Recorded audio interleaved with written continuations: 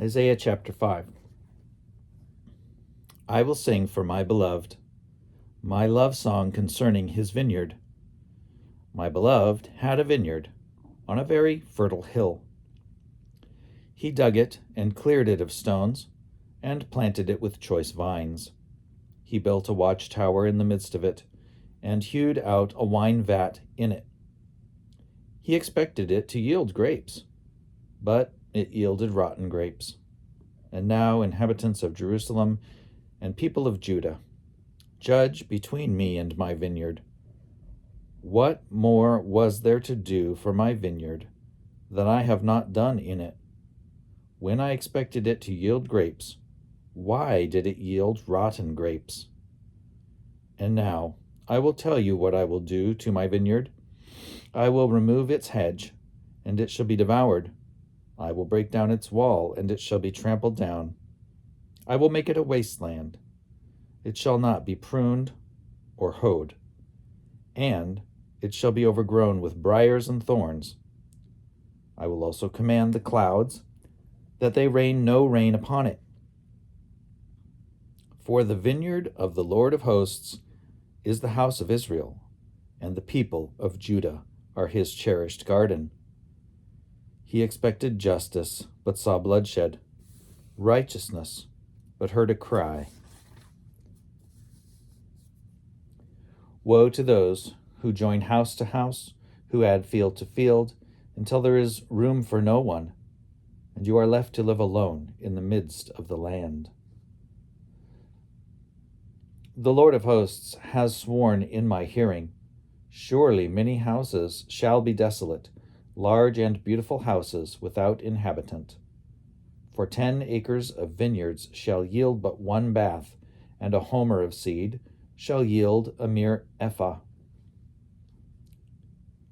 Woe to those who rise early in the morning in pursuit of strong drink, who linger in the evening to be inflamed by wine, whose feasts consist of lyre and harp, tambourine and flute and wine, but who do not regard the deeds of the Lord or see the work of his hands.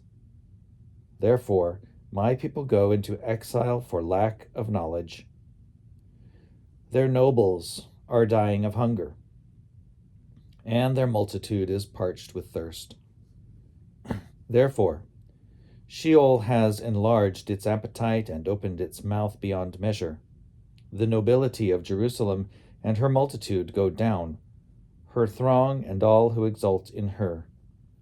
People are bowed down, everyone is brought low, and the eyes of the haughty are humbled. But the Lord of hosts is exalted by justice, and the holy God shows himself holy by righteousness. Then the lambs shall graze as in their pasture. Fatted calves and kids shall feed among the ruins.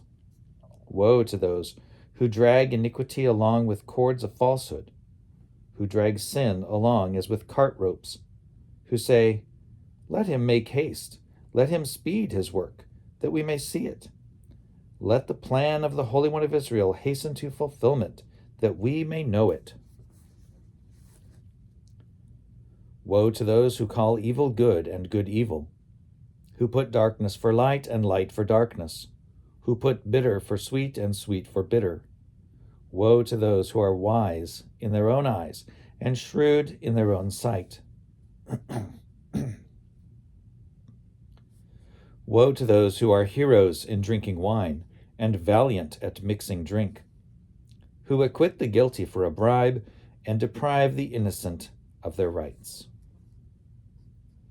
Therefore, as the tongue of fire devours the stubble, and as dry grass sinks down in the flame, so their root will become rotten, and their blossom go up like dust. For they have rejected the instruction of the Lord of hosts, and have despised the word of the Holy One of Israel.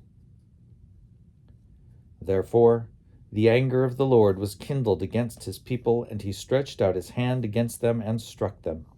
The mountains quaked, and their corpses were like refuse in the streets. For all this, his anger has not turned away, and his hand is stretched out still. He will raise a signal for a nation far away and whistle for a people at the ends of the earth. Here they come, swiftly, speedily.